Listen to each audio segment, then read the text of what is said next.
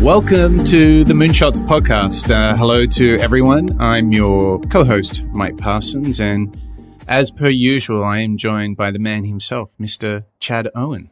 Hi, Mike. How are you? Doing well. I know you're on vacation in Colorado. What's it like out there right now? Oh, it's beautiful. The sun's about to set, and I'm looking over the mountains. I cannot complain. Well, enjoy it as we jump into another episode of Moonshots. And we have a really exciting show today because we have much to offer you, not only in a great deep dive into one of the greatest living innovators, but today, July 21st, 2017, episode 4, we are going to bring a special guest. Chad, would you like to introduce to the listeners our very special guest? Of course. We are joined today with Gary Hoover. He is the founder of Hoovers, Hoovers.com, and also the founder of Bookstop, the first big box book superstore down in Austin, Texas. Why don't you say hello to everyone, Gary? Hi, how is everybody today all over the world? It's great to be here. Well, thanks for jumping on the show, Gary. For our listeners, I think I have to thank Chad for coming up with the idea of bringing on a guest. I think it's something we'd love. A lot of feedback from you, the listeners, as we've been getting tons of good feedback, which I'll read some of that later in the show. But Chad, this was your idea to bring Gary on. Tell us why you thought Gary would be able to offer us some interesting thoughts and ideas on the Moonshots. Yeah, well, first of all, Gary's a fellow University of Chicago graduate, and I think we pride ourselves on being lifelong learners. So I wanted to bring Gary onto the show today because I know he has an immense library. I mean, how many titles do you have at this point, Gary?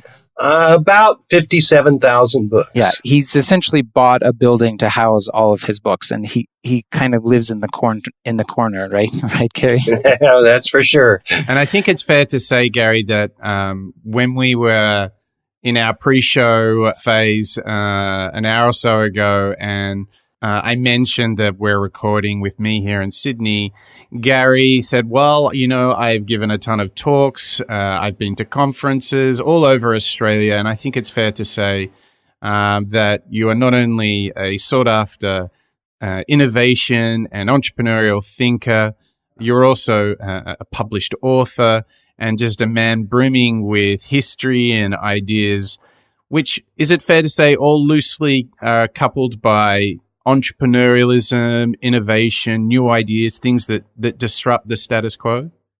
Yeah, I mean, I grew up in a General Motors factory town in Indiana, and as a kid, I mean, it was a town of 60,000 people, and 27,000 worked at General Motors, so it was life itself.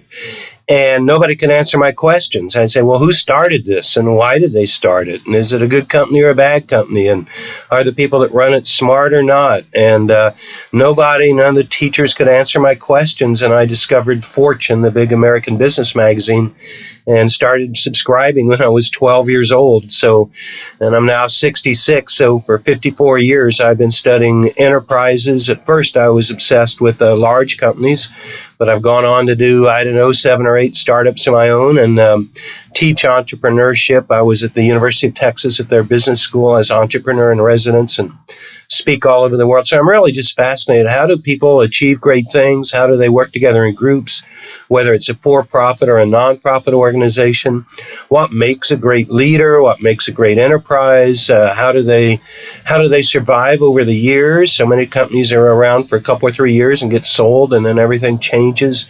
And just, to me, nothing is more fascinating than how enterprises are built of all different types in every industry and every corner of the globe. Brilliant. Well, thank you so much for joining us. Yeah, and my pleasure. Once again, we need to thank Chad because not only did he recommend you as a guest on the show, but Chad, you recommended, you were absolutely in the corner for this entrepreneur and innovator that we're going to do a deep dive in. Do you want to set it up for us?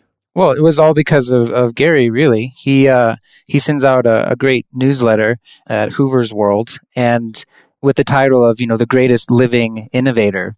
And Mike, seeing as you and I have been doing a podcast for a couple of weeks now about the greatest innovators, my ears kind of perked up, and it was a name that I didn't know, Fred Smith, who founded FedEx back in 1972. And so Gary's bold claim that he was the greatest living innovator, I wanted to do my research and see if that was a credible claim. Yeah, the greatest active, because Bill Gates is still alive, but Fred is still running the company he started, which is almost unbelievable. It is. So we're going to dive really into the world of Fred Smith from FedEx. It is a remarkable story. I want to point out to our listeners, there is a lot to learn here, and it's more than just the technology and the automation that underlies FedEx. I think there is yet on this show to be an entrepreneur that can offer you so many great thoughts, so simple and concise, not only about how to create a great company, but I think how to live your life as a leader and how to get the most out of every single day. So before we jump into the clips of Fred, let's swing over to the news tracker and track what's been happening with the companies and entrepreneurs that we've covered so far in the show. And I think when we look at Tesla and Elon, I think it has to be the news of the week was definitely the first Model 3. The first production model has actually hit the road, which was a little bit of a surprise for everyone. I think it was a little ahead of schedule, which is a little bit unlike Tesla, a little bit infamous for some slight delays in production. Gary, did you get a chance to get your eyes on the Model 3 yet? Did you see the metal on the road? No, I haven't seen one yet. I saw the pictures online and everything. So I can tell you that it's a really nice vehicle. And for the listeners, one of the most innovative things that Elon actually did with this is that he asked his customers who would like to purchase this car last year to put a down payment on the car more than a year before they would receive it. And thousands of people did it. So he raised hundreds of millions of dollars from his customers with no interest charges, with no dilution of shares, to fund the production, which was just another innovation, absolutely breathtaking in terms of what a smart way to raise capital. And I can tell everyone that the Tesla 3, it's a very curvy Tesla. Chad, did you get a chance to look at the photos? Yeah, I mean, it's very tempting, to put down that deposit. But I think for all of their vehicles, they really hit the designs out of the park. They do. They are beautiful. What's the sticker price on the new one? It's actually not so much. I believe it starts at $35,000 US. Yes, that's what I was thinking. Yeah. So it's a better value. Yeah. No, the whole thing of the deposits, that's been around a long time. I think John DeLorean did that and then got sued out the wazoo. But hey, Kickstarter. There's a game producer, Chris Roberts in Austin. He's raised over $100 million for his game he's currently developing without giving up a penny of equity. Right. Now, here's an interesting question, Gary. If Ford or GM tried to ask for a cool $5,000 up front a year before the car was due, do you think they'd have many takers on one of their cars? I think it totally depends on the product. Yeah. I think it's really unlikely that they would have a product that would, justify that. Maybe if they put a Neiman Marcus name on it or something. But, no, I really think it's about the product and how hungry people are. I don't know if you remember Beanie Babies and everything else when there's a shortage of the product. And some luxury marketers really believe in shortages and making people clamor and think, oh, I better get it now or I'll never get one. And yes. And people have done that for private jets, put down big deposits when the plane was first announced. Yeah. So it's not a wholly new idea, but it's certainly a very, well, in my bookstore chain, we were the first one to have a loyalty program, and people paid us money. We'd raise $100,000 at the grand opening of a store, and that helped finance the inventory, which gave us the broad selection, which is what the customers loved. Wow. And we essentially gave it back to them as a discount over the course of the year. That worked out, so they came out ahead, but it helped fund our business. So I've always believed that looking at your customers and suppliers as a source of capital, in addition to debt and equity, most people skip those two, and they and your employees have the most to gain from the success of your enterprise. Well, there was also some good automotive news for Uber last week, and probably some first good news in a while. Waymo, who was tussling around with Uber over, the alleged theft of patents and so forth, Waymo has actually dropped their claims with Uber. So perhaps this signals the start of quieter times for Uber and helps them get back on track, obviously, after Travis resigned as CEO. So, well, not so fast there, Mike, because wasn't there an HBR article? Essentially saying that Uber is fundamentally illegal and that it should be shut down. Oh my gosh. I read this article. We'll have it in the show notes on moonshots.io. It was a pretty visceral attack establishing that Uber is fundamentally illegal. And it did an interesting thing, and it paralleled the fact that it's an illegal business, which was why they had so much struggles with their internal culture. The author really argued that these two things were connected, which I thought was quite an interesting idea. We've got a link to it in the show notes. Have a listen. It felt a little deliberate in going after them. I don't know if it was clickbait or something more than that. But it is interesting because there is this fine line when companies are challenging the status quo between staying in the interests of customers and the community versus breaking rules that are there for a reason. Gary, they're probably not the first company in history to ride that line. What comes to mind when you think of other companies that have sort of sailed that very fine line? Oh, goodness, over and over again. And I haven't read the Harvard Business Review article. First time I've heard them referred to as possibly offering clickbait. I heard Steve Case. He came to Austin and spoke, and he was down on what Uber was doing. This was a couple of years ago. In terms, said, look, we can't fight government. We got to work with them and partner with them. But the reality is we have all these laws on the books. You may or may not know Austin was a center of a big fury that still hasn't died down, where the city council kicked Uber out. And everybody said, we don't want to defer to this big company with all its money and all that evil. And the reality, if you study from an economics viewpoint, is that the city council was defending the taxi monopoly, which had been put in place for many years. And a big private equity firm in Houston owned all the big cab companies in Texas. Nobody knew that or talked about that. Being a business researcher, I dug into it right away. And it's the old monopoly fighting the incoming disruptor. Thomas Edison tried to shut down the big movie industry. It's a more complex story than that, but Adolf Zucker, who really created the first great studio, Paramount, he did a bunch of illegal things. There have been retailers. It was in Queens, New York, a guy named Jerry, and he did TV ads. He opened on Sunday, and of course that was against the law. And so he was in jail. He did a TV ad from jail saying, look, customers, I've gone to prison for you. Costco and people like that, they fought resale price maintenance, which gave manufacturers a right to set prices, and they won. That was made illegal, and an Apple and a bunch of people went to court and got it changed some years ago, so that now we're back to where we were in the 30s and 40s, where the manufacturer could demand a retailer use their prices or not be shipped. I tend to be on the side of the disruptors. We have a lot of laws on the books that have been there for a long time. Nobody knows why they're there, except the monopolist. And the only time a monopoly really works is when the government defends it.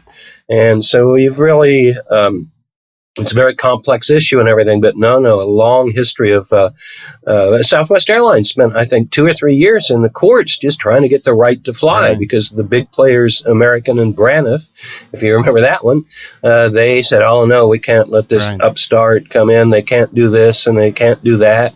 And Fred Smith fought a lot of that, too. Yeah. And Fred Smith encountered this when he was fighting the regulations shortly after Southwest was kind of winning their regulation battles, because the government wouldn't allow planes without people, to make these trips. And FedEx was the first, all package, no passenger airline. And the government's, laws and regulations just simply wouldn't let them fly their planes. And they wouldn't let them fly bigger planes later on. He fought a lot of battles. Yeah. So the fight against regulation and monopolies is a big theme, not only for some particular industries or companies, particularly that heavier industry type, but if you look at entrepreneurs like Branson, I would argue that his actual strategy is to enter categories where there is a monopoly protected by regulators, and he just calls it out and says, big, bad, ugly, evil empire, let's fight against it. I think that's his whole business strategy. He certainly did that with British Airways. My first visit to Australia, being a transportation lover, and my first company I started on my college campus was a charter bus company. And so I have this odd fascination with buses and motor coaches. So I get to... I went to Brisbane first, and as soon as I got there, one of the first places I went to was the bus station. And there I saw all these people traveling long distances across Australia in buses. And that had already essentially gone away in the United States with the rise of cheap airfares in Southwest and everything. It's come back now. The bus industry is growing for the first time in the U.S. in many years due to new innovators and disruptors. But in any case, I go to the Brisbane bus station, and I'm like, what is going on here? Here's this relatively affluent society, and they're traveling these long distances by bus instead of airplane. And I said to myself, hey, it means one thing. It means the airline industry is under regulation and is set up to serve business travelers and keep prices high. And I said to myself, man, what an opportunity for somebody to come in and bring in low fares. But it would be a big fight. And I think it was 2 or 3 years after that. It was certainly after that Branson went into Australia in the airline business. That's right. So that theme goes also, if you take a look at the incumbent telecommunications provider in Australia, Telstra. Same for them as it is for Qantas in the airlines. The interesting thing about Australia, for our listeners that are based outside of the country, is that Australia is roughly the size of America, but only with 20 plus million people. Not the, 350 million people live in the US? Yeah, somewhere in that range. So what I want you to imagine is essentially America with a 15th of the people. So there has... It's New York City. New York has about 21 million in the metro area. So the argument always is that, high regulation and government protection is required because you can imagine running infrastructure in Australia is very expensive because it's geographically as big as America, but you don't have the population the size of the US that's paying taxes. So it's a tricky balance there. But for sure, it really hurts us. One of the, without doubt, surprising things in returning to Australia was going from a home internet connection in San Francisco that was well in excess of 100 megasecond. And the best I can do in Australia is 35.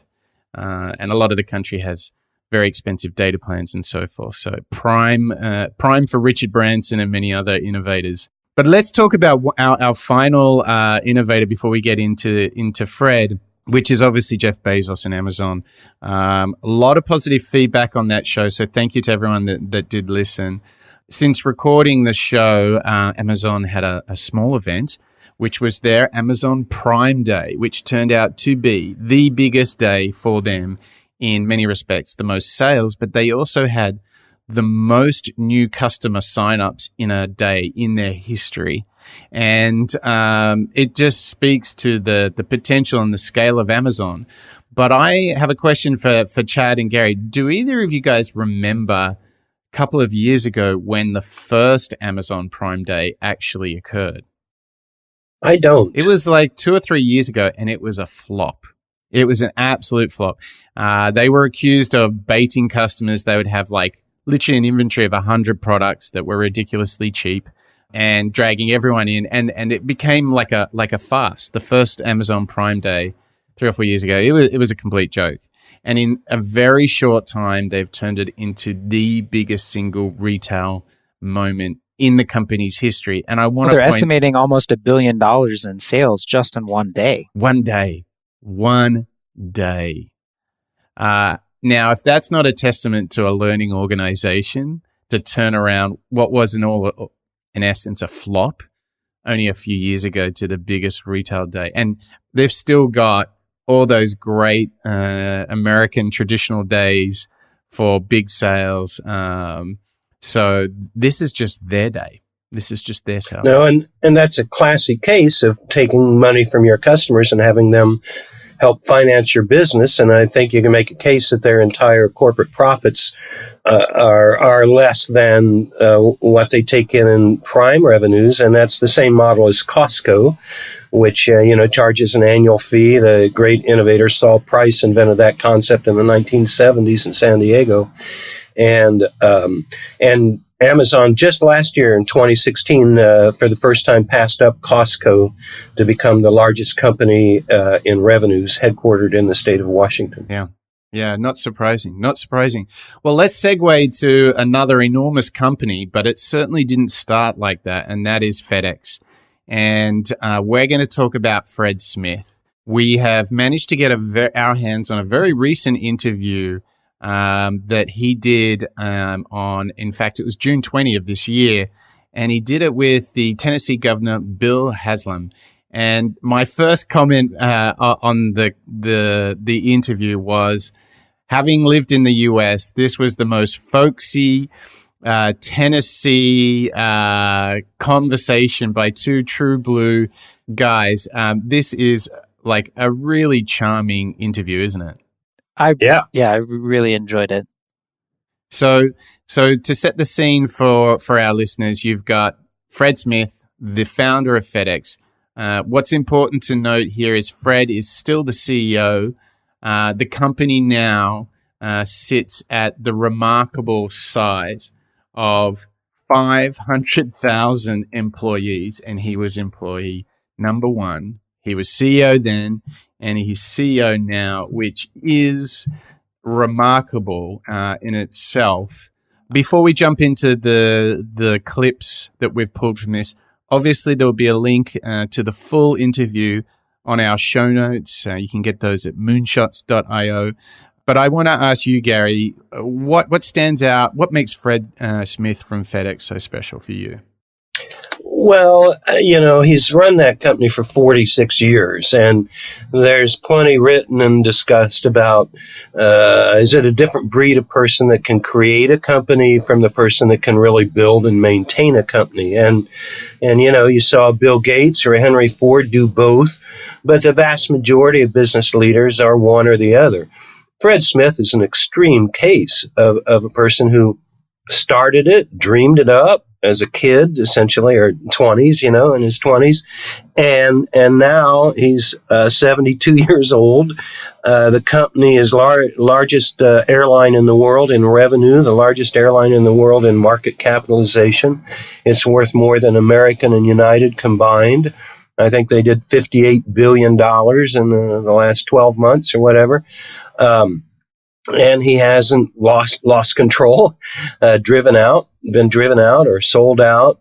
And he's done a remarkable job. It's still an amazing company. It's has more employees than any other company that's listed among the 100 best companies to work for in America.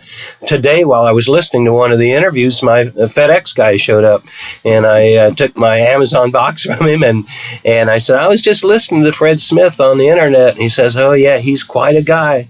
It really is exceptional. The Elon Musk and the Jeff Bezoses of the world have 20 plus years to go to prove to me that they're of the caliber of Fred Smith. Yeah, very, very true. I thought it was remarkable, and he spoke about it in this, that the paper he wrote at college that was the outline of the idea for FedEx which was that the economy was fundamentally changing, and automation and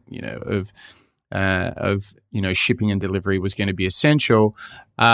He actually received a C for the paper, which, in the light of the last 46 years, is just so striking that as a read, the idea, maybe it sounded audacious, maybe it didn't thread it together, but boy, did Fred Smith stick with it. And a remarkable journey, not only in his career, but his entire life. So I want to ask you, Chad, what sticks out to you as some remarkable things about Fred Smith?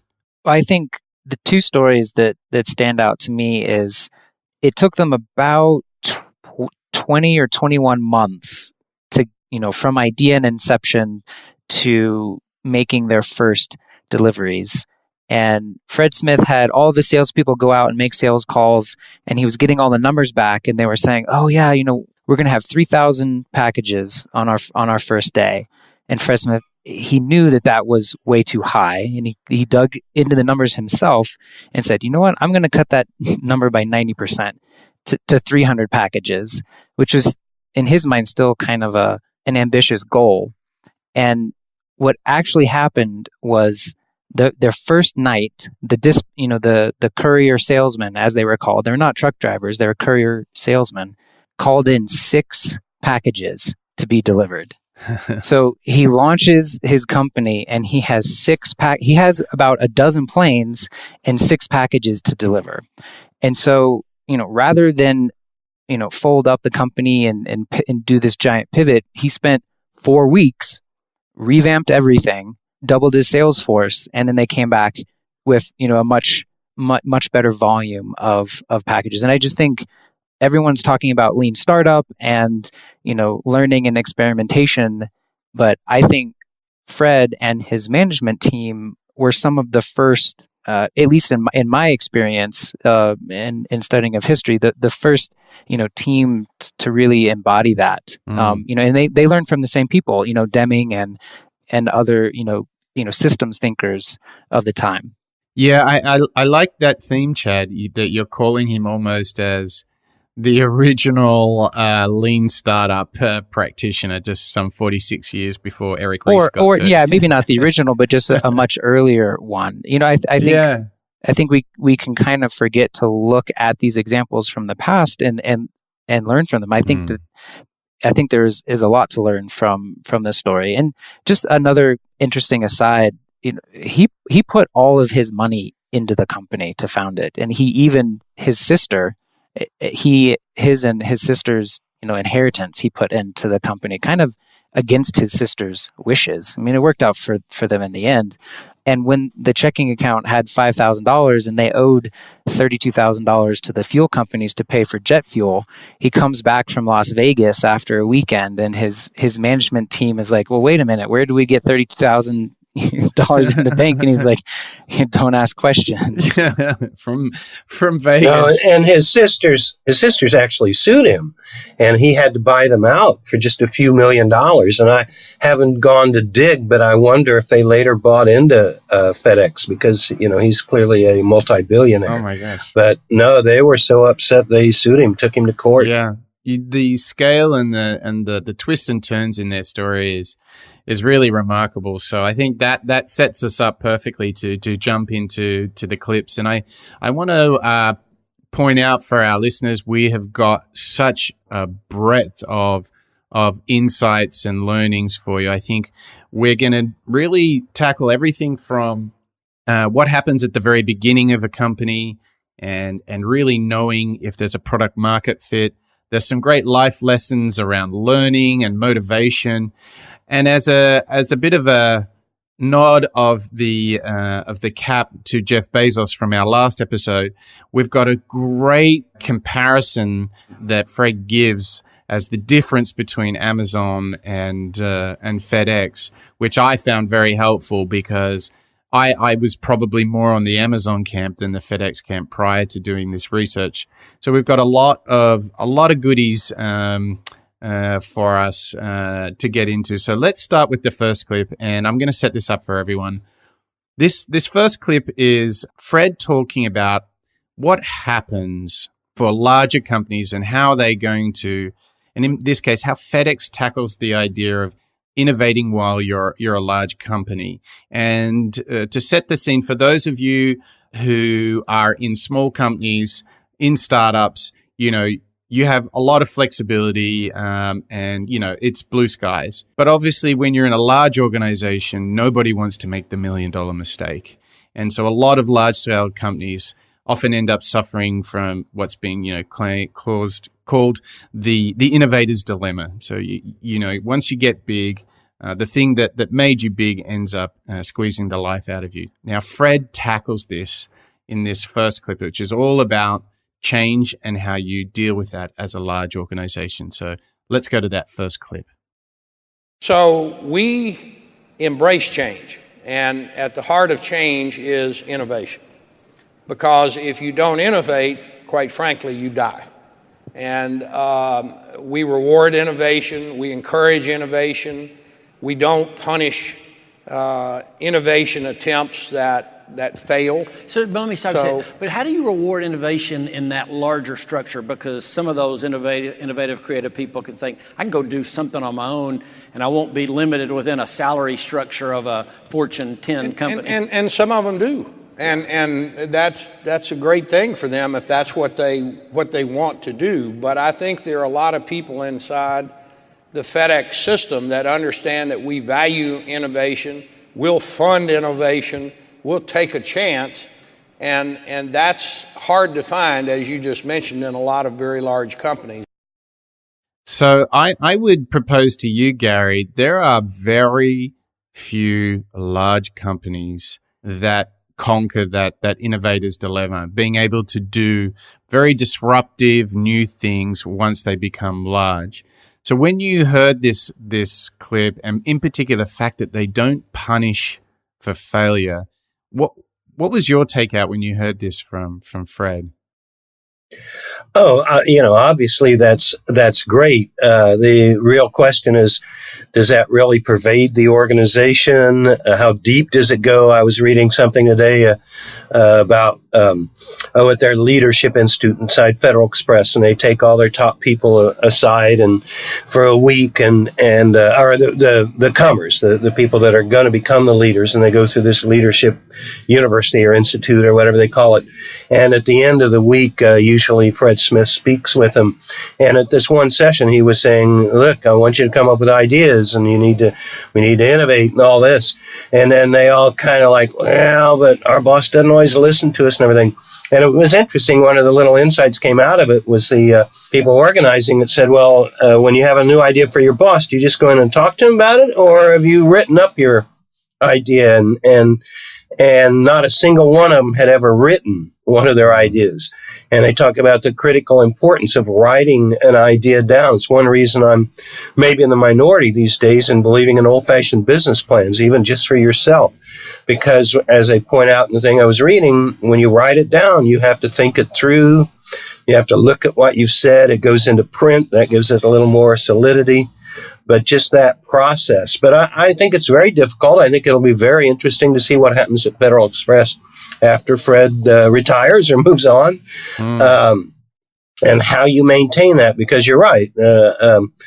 It appears very, very few big companies. Now, there are exceptions. If you study 3M, which you could make the case is the only really durable high-tech company in American history that's maintained its strength over 50, 60, 70 years. I mean, no, IBM couldn't pull that off, and it was the greatest technology company in American history, but it didn't last. I mean, it's still around, but it's a shell of its former self in so many ways. And neither will Microsoft or Apple. Yeah, I would bet.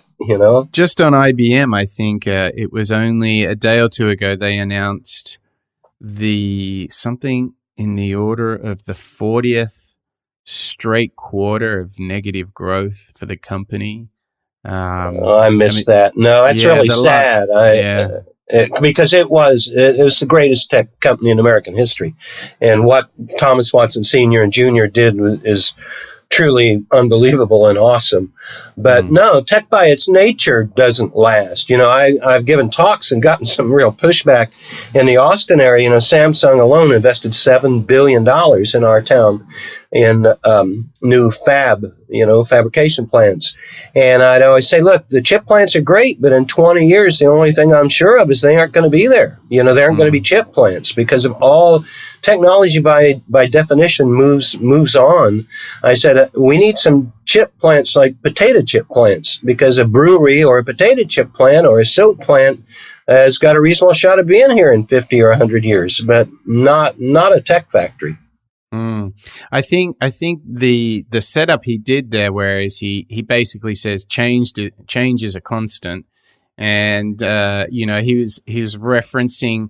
Help me out here, Chad. I think he was referencing Marcus Aurelius when he was talking about change. This was like, oh well, if Marcus Aurelius had it building the Roman Empire, that change was the only constant in life.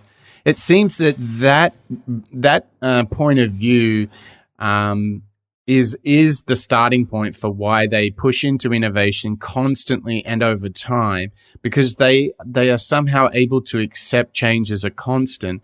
And my experience, Chad, you've made great films with some really large organizations such as Nike, as well as startups and so forth. But in your experience, you must see just how hard it is for larger organizations to embrace change and innovation.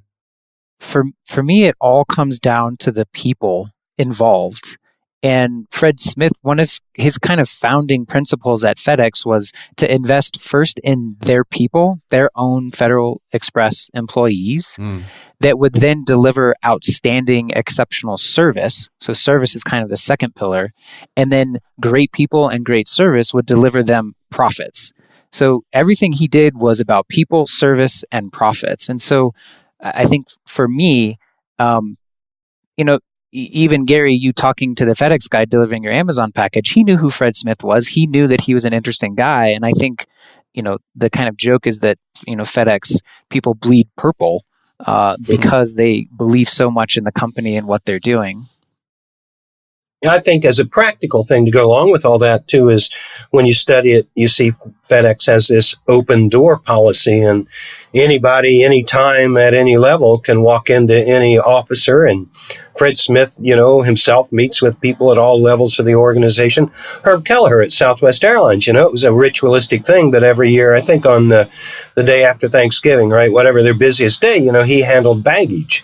And it was symbolic, and he just did it one day a year. But man, the meaning that has to people, I always say when I meet a retail CEO, my first question is, what share of your time do you spend in the stores?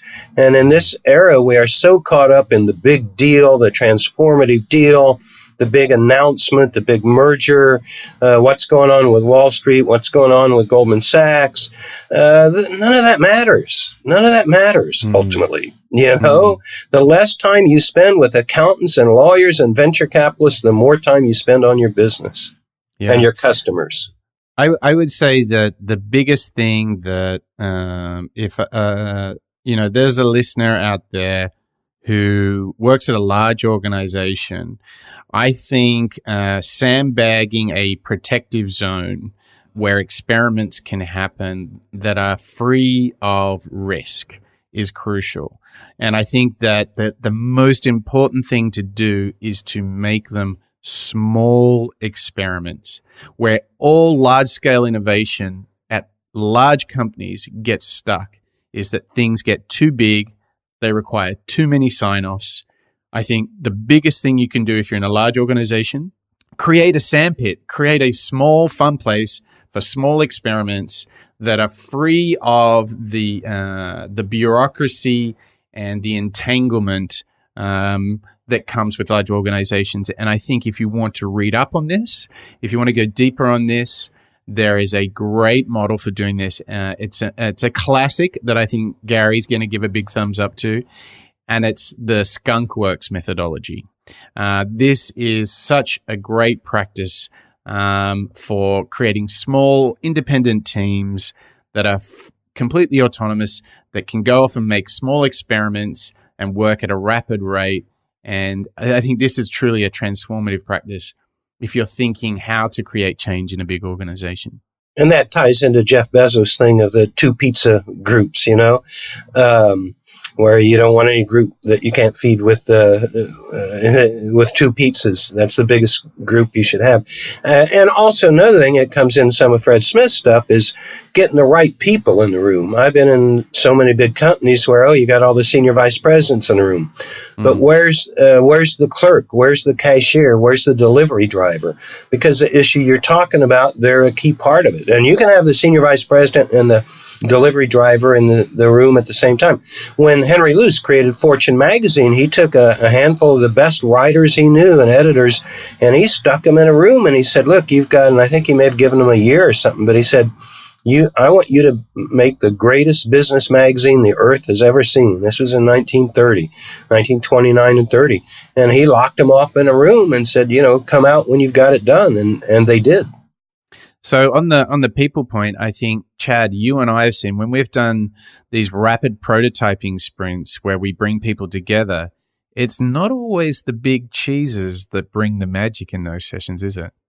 No, I've always found it to be the people that are closest to the end user or the consumer. They're the ones that have the biggest breakthrough. And that was something very encouraging to me in reading about the early days of FedEx, in that Fred Smith was taking calls with and even riding in the trucks and riding in the jump seat with the pilots to understand exactly what was happening on the ground. And I think that was why they were able to make a lot of their leaps and bounds in the early days that they did. Absolutely. When Adolf Zucker was at the very early stages of creating the movie industry, he would sit in the theaters. He had owned Nickelodeons and moved up to bigger theaters. And he'd sit there. He didn't watch the film. He watched the audience, and he watched their reaction. He'd find a good place where he could watch everybody from. And he learned what made for a great movie. And nobody else in the industry got it. He was the only guy that got it. And the other thing I'd say, too, is talking to customers. At Hoover's, even after I was no longer in charge there, our CEO, every Friday, he would personally call up like a dozen customers, and the salespeople would give him a list all the way from a small, back then it was $100 a year for the lowest subscription, up to the people paying $100,000 a year, and they'd always have to give him one small, one medium, one large, And another thing I really believe in is the customer council at Hoover's. Also, when we were a book publisher, we sold books to reference books to libraries. Every year at the booksellers convention, we would have 1 or 2 pieces, whatever it took. And we had, I think she was the head of the Queens Public Library in New York City. We had a university librarian. We had a big corporate librarian. We had maybe 6 librarians. And every year we would sit down with them and say, well, what would you do different in our books? And we made sure every year when we went back, we had done at least one of the 30 or 40 ideas they would give us, so they wouldn't feel like we were ignoring them. Yeah. But truly talking to your customers, listening to your customers, and doing it on their grounds. You don't, like when you deal with the banks and law firms and accounting firms, they take you to their dining room and try to impress you. No, I want them to come out and see my facility and what I'm doing. Yeah, I think that's really true. So getting the right people in the room that have, that close contact with customers, they're at the coalface, and also creating a safe area for experimentation. I think that's the real takeouts from how FedEx has done it. We've got now an interesting bridge to our previous episode. Chad, do you want to set up this next clip? Yeah, I think what's fascinating in this talk between the governor and Fred Smith is just the economic impact that a company like FedEx not only has kind of in the local markets, but just the amount of business that they facilitate across the globe, and just moving things around in the way that they do. And he has some interesting thoughts about other retailers like Walmart and specifically Amazon. So here he is kind of giving his thoughts on some big retailers that are using logistics companies like FedEx. So Walmart was built around a very innovative logistics system that was almost the antithesis of what Sears and Kmart had done. And what Amazon recognized was the profundity of mobile devices where you could see products displayed, and then they took advantage of that to use direct shipping to come at things from a different channel. So their logistics footprint is unique to Amazon, but it's really an adjunct of the retailing, not the other way around. So if you look at FedEx's business, the vast majority of our business is not e-commerce. 85% plus is business to business. It's defibrillators, it's airplane parts, it's auto parts, it's diagnostic kits, it's the replenishments for various companies and retail supplies and so forth. We do a lot of e-commerce, but it's still only about 12% of the retail landscape. So for me, what jumps out about that is if you actually listen to our last show with Jeff and this show with Fred from FedEx, they both acknowledge the same principle, which is FedEx is in the shipping business and Amazon is in the retail business. Jeff clearly says we'll augment services from FedEx. And in particular, I think he mentioned the poor old British Postal Service, which has let them down. I was actually living in the UK at the time when that happened. There's this scandalous thing where lots of little Christmas presents for kids didn't actually get to the homes on time because the post just basically broke. Interestingly, he points out where they do most of their business. And what it shows me is that in this case, both entrepreneurs know what business they're in. And I think this is the big learning in this. Know what business you're in, because making a big investment in shipping when that's not your core business could be a fatal mistake. Peter Drucker referred to the concept of the corporation. That was his first major book. And I still think he's the greatest management thinker we've ever had, certainly among ones who wasn't a manager himself.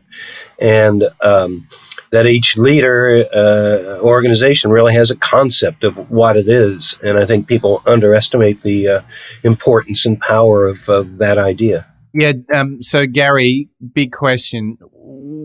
Can you think of companies that got confused about what business they were in and have made mistakes in? You know, Fred is so clear what business he's in. He's not worried at all about Amazon. Some speculate in the press, well, Amazon's got 40 jumbos. How much trouble is FedEx really in? And he seems pretty clear in it. Are there examples of other companies that are either very clear or perhaps not as clear and have made some pretty bad mistakes? Well, certainly through history, it could be the majority of the Fortune 500 qualify as getting confused at one time or another. They, and it's a difficult thing because I got to believe in experimentation and trying things, but you guys are probably a little too young, but in the 1970s, we call it the conglomerate era. And that was when Harold Janine of ITT bought up Hartford Insurance and Sheraton Hotels and everything else he could get his hands on. Charlie Bluthorn over at Gulf and Western bought Paramount Pictures, and Jimmy Ling out of Texas bought started with LTV, aerospace company, and then he got into carpets and Braniff Airlines, and the whole thing was, we can run any business. And a more recent case was Jack Welch at General Electric, where he took what was a great technology company, although dated technology in many cases, but still it was a tech company, and converted it into a conglomerate where financial services became almost the tail that wagged the dog. And then when the what hit the fan in 2008 and everything, and they realized, we shouldn't be in these businesses. We don't understand them. And then Immelt, his successor, had to, shed the financial stuff and split it off. That's so right. No, it's more the common than the exception that big companies get to a point, and many times they just don't see the opportunities in their own field. If you study Kmart, they reached and they were a wonderful hot company. I was a stock analyst on Wall Street covering retailing in the 70s, and they were the hottest thing we'd ever seen. They were growing like mad. They were incredibly profitable. They dominated the discount store industry in America. And then they matured. They didn't invest in new cash registers, technology and stuff. And then they say, they must have said to themselves, this isn't sexy for Wall Street. So they bought Borders bookstores, and they bought a home improvement store chain. They bought a sporting goods chain. They bought a couple others and went into specialty retailing. Well, their management, their board had to have been saying to themselves, well, we've done everything that can be in discount retailing. There's not a big growth future in it. And at that point, Walmart was a fraction of their size. We didn't even look at Walmart. They were only a 10-year-old. Well, the companies were the same age, but Walmart was a tiny size share of Sears or Kmart. They were, what do I figure? Something like, when I looked at them in 1973, they were 150th of the revenue of Kmart and Sears combined. Today, I think Walmart is something like 18 times as big as Sears and Kmart combined. So really, over and over, people are always, the grass is greener on the other side. Managements get bored.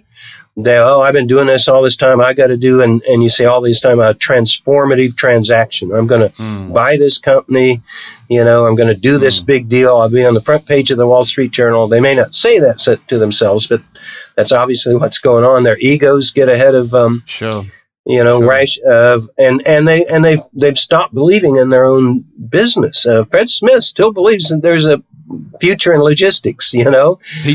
Jeff Bezos believes there's a future in retailing. Yeah, that's interesting. I love the confidence of Fred Smith in thinking that, this business logistics business is big enough for us to continue to grow this company, forever into the future. And he's not letting himself get distracted by how can we deliver, fidget spinners to people. We're in the business of delivering, mission critical, big iron types of things to business customers that will always pay a high premium for that next day service. Yeah, and I think where you see again the similarity between Bezos and Smith, obviously different generations, different businesses, but the proximity they have to their customers helps them stay on track. And I think this certainty, you can feel it when they're talking, the clarity by which they see the situation. And I think that they are also close enough to their customers that they appreciate the business that they're in. I think Blockbuster was an example of a company that got disconnected from the fact that they were really delivering a vehicle of entertainment, and they thought they were running physical DVD stores. And I think that was their mistake. You could look at many other companies in history. I think Kodak is another one, who literally invented the digital camera, but they thought they were in the film business, not the capturing memories business. And this view of keeping close to your customers so you can actually stay very, very focused on your core business. Gary, you work with a lot of entrepreneurs. How do you keep them focused on the business that they're in?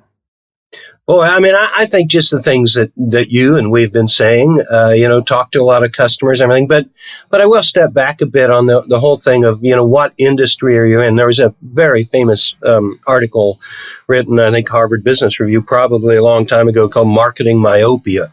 And it was saying, the railroads didn't realize they were in the transportation business. They thought they were in the railroad business.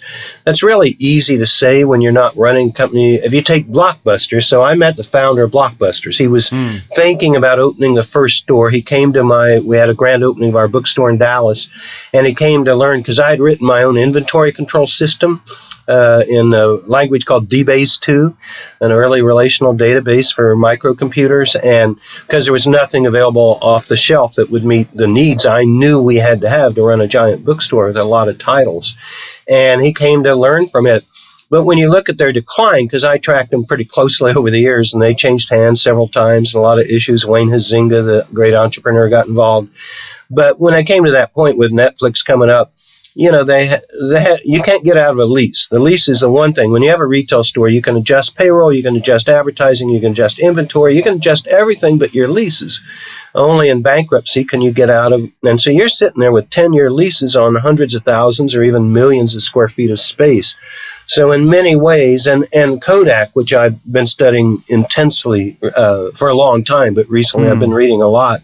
I'm going to do one of my newsletters on George Eastman. They really were a chemical company. And if you look at it, even though the old Eastman Kodak is essentially gone, the British Employees Pension Fund now owns the rights to the film business. They were a chemical company, and Eastman Chemical is still a giant chemical company that came out of the side of them. And so even though they invented the digital camera, I'm not saying they didn't make a lot of mistakes, and I'm not saying if I ran it, I would have done it differently. But man, it's very tricky. And the railroads did, in fact, Pennsylvania Railroad helped found TWA, one of the first big U.S. airlines. And they actually were playing around with aviation. So how you define it, how you understand also change, because the railroads, the market changed. Well, the federal government, the U.S., built highways at no cost to the truckers and relatively little cost, and the railroads had to build all their own stuff and their own stations and everything. The U.S. government built the airports and created the air traffic control system on the taxpayers' nickel, whereas the railroads had to build all that themselves. I think it's a tough thing, but clearly retailing is going to be around in one form or another forever. Logistics is going to be around in one form or another forever. And, the one thing I would add too, just in all the things we've said, is that rarely comes up. FedEx is made strong by having a strong competitor. And I see this in tech companies all the time where they poo-poo their competitors and everything. And I'm sure inside FedEx they say bad things about UPS. But I wrote a guest editorial for the Austin Business Journal a few years ago where I made the case that UPS was the greatest single American company today. It is the most valuable transportation company in the world. It's the only one that's worth even more than Federal Express. It is a machine. Nobody can name Mr. Casey, the founder. Nobody can name a visible CEO.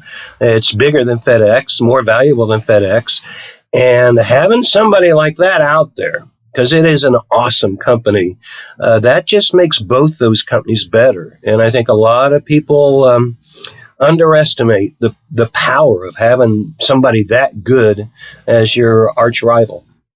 Well, I would say that what's interesting when you draw the analogy between FedEx and Amazon, the other thing that has just struck me as you were talking is that the founder is still leading the company. And it seems that is also the people that have the original insight, the original aha, actually have some inner stamina, if you will, just to keep the company on track. And in fact, our last clip that we'll do later on will actually tell our listeners how that all started for Fred Smith, how he actually knew there was such a big opportunity with FedEx. So stay tuned for that. Okay, so now we're going to move to our third clip, completely different tact for a moment. Fred has actually, achieved a lot of things in his professional career, but he's also overcome a lot of challenges, his health as a kid. But the other thing that he was able to do was he made it to the Marines, and he actually served in Vietnam.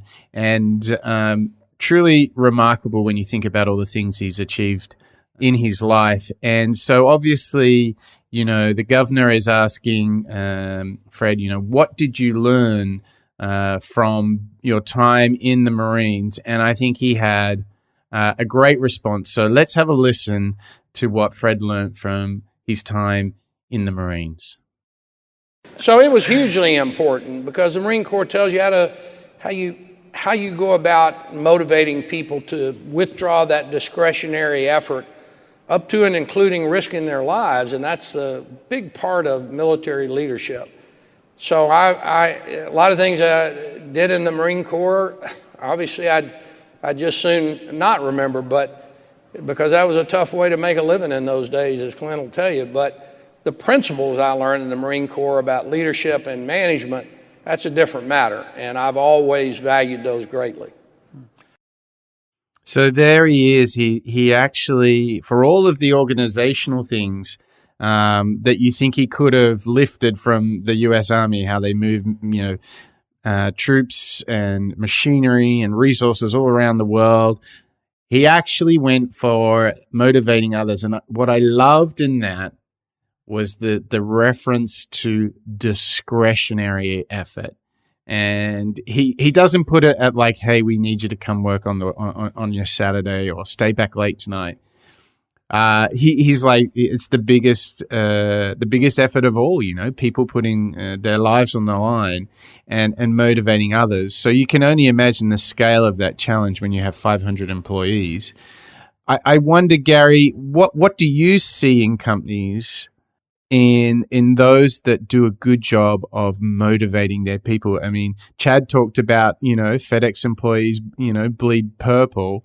What do FedEx and others do to actually make that happen? Well, some of the things, certainly in larger companies, is a lot of the best ones, have their management or leadership institutes. General Electric's actually is one of the most famous ones up at Crotonville on the Hudson, I think it's called. And, Hamburger U, Ray Kroc's deal, to run their people through. Even at Bookstop, when we were only doing about $70 million a year, we had started our own training system. I mean, it's very expensive. And to take people off the floor and out of their stores and take a week or 2 weeks here, the Container Store, one of America's great specialty retailers, they've hit kind of a rough spot recently, but they're famous for their average employee had like a month a year of training. So that's part of it. One thing I'd say too, we can't all join the Marines and learn that way, but I can tell you, I learned so much from having some great bosses, and I had some bad ones too, and about half what I learned was, wow, I'll never do that, but and that's one. I mentor a lot of young people that are maybe want to become an entrepreneur but not sure the right path and haven't launched anything yet, and urge them to be patient. But I also think that's one of the arguments for go work for a big company. Find the best company you can and work for them for a few years and learn about management. I mean, it can be incredibly valuable too, because later when you do your startup, you're either competing with those big companies or buying from them or selling to them. And the more you understand about how big companies think and how organizations work, those are pluses too. Again, I've had other friends. One of my best friends is 26, and he dropped out of college, and he's starting companies, and he's not going to have any of that kind of corporate experience. I've at times tried to talk him into, well, take 6 months or a year or something, and 2 years and try it out. But so there are there's many paths to success as there are individuals. But that is one of the reasons that I think it often is beneficial to, find, hey, look at the Fortune list of the 100 best companies to work for. Can't beat that for a place to start in thinking about which company in this industry, the industry I want to learn, because, we study all these greats and they really are committed to one industry. I'm a serial entrepreneur. I've been in different industries, but never at the same time, always sequentially. But in my heart, I will always be a merchant and a retailer. And that is my most beloved industry. And most of the greats spend their life building one company in one industry. I think the theme that I see with Fred is he obviously has created a culture within the organization where they are, at least from the outside, they seem very attentive to the growth and development of their own staff. Not only with the university, but he was even talking about writing the manual that management get given. He is personally writing it. So that instantly tells you how important it is. I would say what characterizes great cultures that I've either been part of or I've seen from the outside is this genuine attention to the well-being of your staff beyond that of delivering profits for the company. And the great twist to that is that the more effort that they put into the development of their staff, the more money they end up making. It's just not putting them in those priorities in the wrong order. And that's certainly something I've seen. So question for you, Chad, when you've witnessed highly motivated teams and organizations, what are the lessons you learn from them, and what do you see that's sort of the driving force of a highly motivated team? I think the history of Fred having the Army or the Marines as an example for him that was his example of leadership and how to get people to do things, in this case, risk their lives, to accomplish their missions. But I think at the core too, it's ensuring the success of everyone else, having each other's backs. And you do well and you survive by making sure that everyone else survives, so it's kind of a military selflessness, if you will. And I found that in the highest performing teams, that is also very prevalent. It's not about one person succeeding or outshining everyone else, but if the team can figure out how to kind of put themselves aside a little bit and just really focus on the task at hand and being sure that they're setting each other up for success, then that's when I think teams can really become high performing. Yeah, absolutely. And I see that theme to my childhood sporting teams, to the companies that I'm involved with. I see that pattern arising. The one interesting thing in the mention of the Marines is it does, this is a very handy tool for our listeners. There is a book that personally I really enjoyed by a guy called Simon Sinek, who we've mentioned on the show before. And it wasn't the Start With Why book, but it was the Great Leaders Eat Last. Now, have either you, Gary or Chad, have either of you read this one? I haven't, but I know his stuff is pretty cool. The why and everything. I have, and he has a great TED Talk. We'll put in the show notes where he explains kind of his main thesis for Great Leaders Eat Last.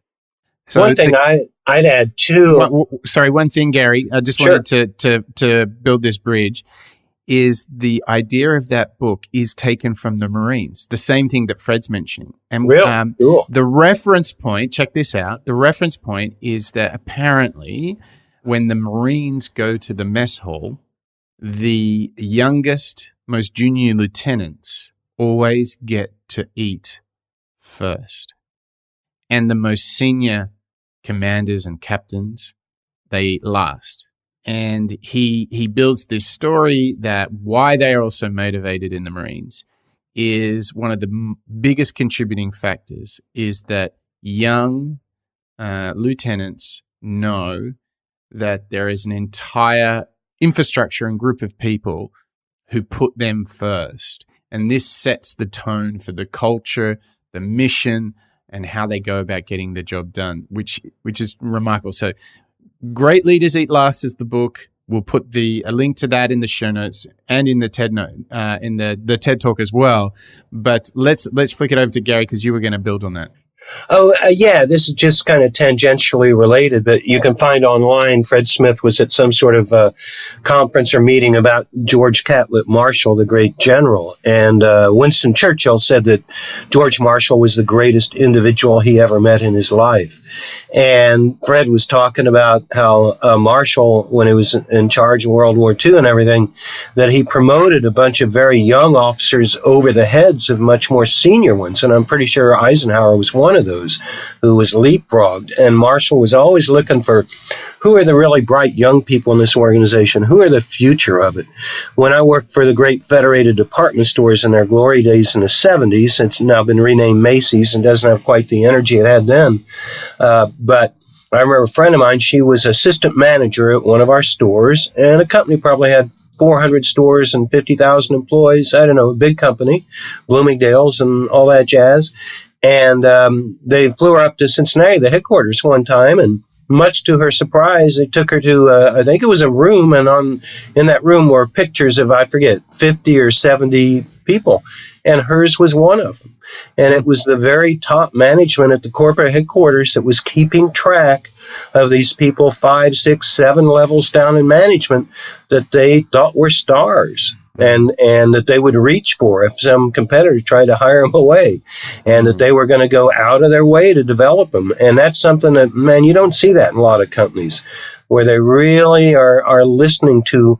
I had some of the issues like that in my own companies. I said, why are you fighting so hard to keep that person from leaving the company? They're just a clerk. And we can hire more clerks. And I said, no, we can't hire somebody like her. I mean, don't let her go, because she's going to be a store manager and then a regional manager and a vice president and maybe run the company someday. And you can see it in their eyes. Yeah. I find in my own personal experience, like the best thing that I can do to motivate others around me is really I just put on like the mentor hat, the coaching hat. So I try to be as, if you will, open source with everything that I know, and to try and teach and share and inspire people with innovation, which is exactly why I do the podcast as well. And it's interesting. I had an experience recently where I sat down with the entire new business and project management team from my firm at Qualitance. So it's a big group of people. It's a large company. There's over 200 people in the company, and I sat there with two of the big teams and took them through a really rigorous, fun, deep dive for 3 hours on innovation. And they were as engaged as any engineer or designer has been in the same things. And I think that they just didn't usually in their careers have people come and share what they know and their passion for something. And I found the response there was really not only motivating for them, but for me, because and all I did is simply sit them down and just take them through exciting ideas in innovation. And they loved it. And I think it's this investing in others, putting them before you. I think that's the big learning here that we're getting from Fred. This is how you motivate others. I think this is the thing that our listeners can take out of this. You can find a book. It's called Servant Leadership. I forget the author's name right now, but there's a literature out there about, great leaders are servants. Yeah. Okay. Well, we'll find a link to Servant Leadership, and we'll put that into the notes as well. So that gets us to the halfway point. I think just to recap, it seems like change is a constant, and being fearless in the pursuit of innovation, ring fencing it, as Fred said, investing in it, promoting in it, and really listening to the ideas that people have. That was a big learning. I think staying very close to your core business and using the customer as an agent, not only for innovation, but also for keeping on track. That was definitely a big theme. And obviously putting others before yourself in terms of motivation. So lots of goodies, a huge spectrum of inspiration from Fred there. We've got a couple more clips coming up. Again, some classic Fred philosophy coming. But before we do that, let's jump over to Chad and hear Chad's famous book recommendation. Yeah, so I've had a lot of fun digging into all of these innovators and the history of the businesses they've started, and I looked for something a little different this time. The book I found was called Changing How the World Does Business, FedEx's Incredible Journey to Success, The Inside Story. And it's written by a man, Roger Frock, who was there from the very beginning. He was a consultant that Fred Smith hired before he incorporated Federal Express, essentially to come up with the plan on essentially to help him write the business plan. So Roger was kind of tasked at figuring out the operational side of things and how many planes and where we should, put our hub and what cities we should open in first. And then he had a different firm kind of do the marketing and kind of customer research side of the business plan. And then those three teams, Fred and then the two consultant teams, came together to found the company. And this book spends a lot of time, in the first 2 or 3 years of the company, just because that's when Roger kind of had most access to Fred and was general manager of the company, kind of like Fred's second in command. And for me, it was an interesting kind of half personal memoir, half, saga in kind of inside baseball. And it's a really quick read. It's just about 200 pages. And I'd recommend anyone that's interested in, how a company kind of survives the internal politics, because it really gets into why Fred hired the people that he did, fellow Marines and Air Force commanders, and also how he kind of fended off, aggressive financiers and ultimately kind of prevailed after, I think it was about 3.5 or 4 years before they reached profitability, but it was a very long slog. So I would recommend Changing How the World Does Business to anyone interested in the early days of FedEx and kind of the personal, interpersonal intrigue that goes with starting a very capital-intensive company that had to raise a lot of money from very onerous members of Wall Street. And you Who would tried to oust him, try to get rid of him too. Well, did they really? They hired the youngest Air Force 4-star general. The board essentially made him take a leave of absence for a couple of weeks. He came back. They had hired this new guy that completely disrupted the culture. He wanted his own parking spot, and he wanted the corner office with the wood paneling. He essentially took Fred's office in the new office building, and what ended up happening is Fred still ran the company, in spite of this person that the board had installed, and he didn't last. I think he lasted about 18 months, and then he was out, and Fred was back in. But Fred had also, he was going to tender his resignation because they weren't going to be able to reach profitability. They were going to have to default on some of their loans.